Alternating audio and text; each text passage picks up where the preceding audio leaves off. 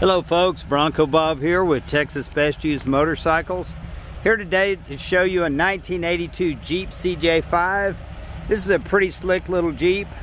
I don't think it's had a very hard life. It's got a nice interior, new carpet, best top seats. It does have power steering. It's got a 4-speed manual transmission, Dana 300 transfer case. It's got a JVC stereo with infinity speakers. Shows 146,614 on the miles. The dash is in perfect condition. It has a roll cage in the front that attaches to the factory roll bar. It's got these little sill plate deals. Looks like it was in a car show in 2007. And it's got a sticker from Moab, Utah. So I'd say the Jeep's kind of been around a little bit. It's riding on 33-inch Wrangler Goodyear tires. They're MTRs. It's got aluminum wheels. They look like they're about probably 10 inches wide. The exhaust system looks fairly new. It's got chrome bumpers on the back and a Mud King spare tire. And it looks like it has an oversized fuel tank because it kind of hangs down. You can see the metal on the back. And maybe when they took it to Moab, they put the bigger tank. But it's lifted about, I'm going to guess, 2.5 to 3 inches to clear these 33-inch tires. Underneath, it looks good. We'll get under here. I don't see any rust on the body or on the floorboards. It's got Rancho shocks, poly bushings on the springs. It's got a little bit of rash from being wheeled. You can see right here there's a scrape on the Nerf bar. And back here on the back, this paint job is so slick.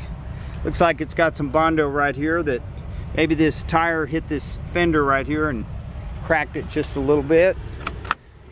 On the passenger side, the interior looks very nice.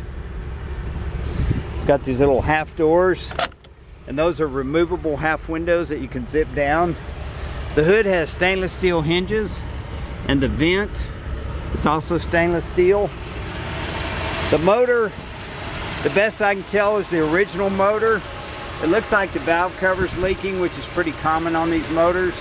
But you can see there's a little bit of oil around. It's not dripping on the ground, but it's just a little bit's coming out, probably going down the road.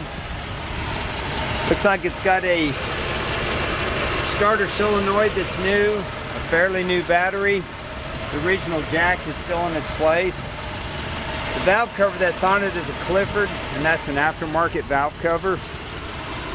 It also has, it looks like a 3-in-1, well, it looks like a split manifold. It's a header system, so you got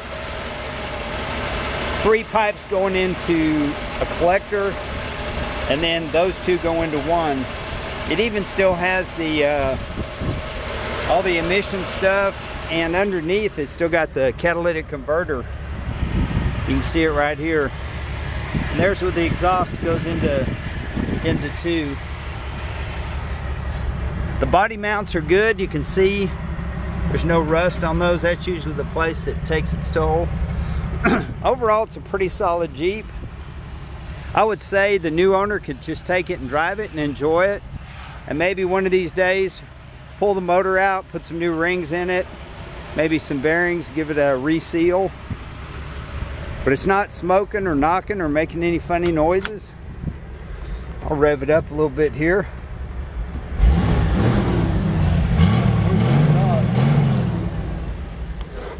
I mean, it's running good, it's running cool.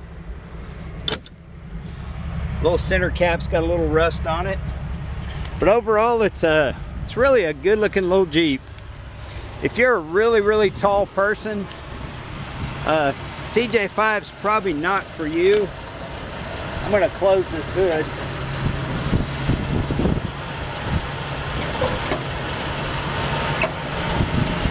I want you to get a kind of a view of the Jeep. The paint on the hood is very nice. It's got a chrome grille insert. It does have a chip right here. And there's a little bit of roughness in the paint right here on the fender.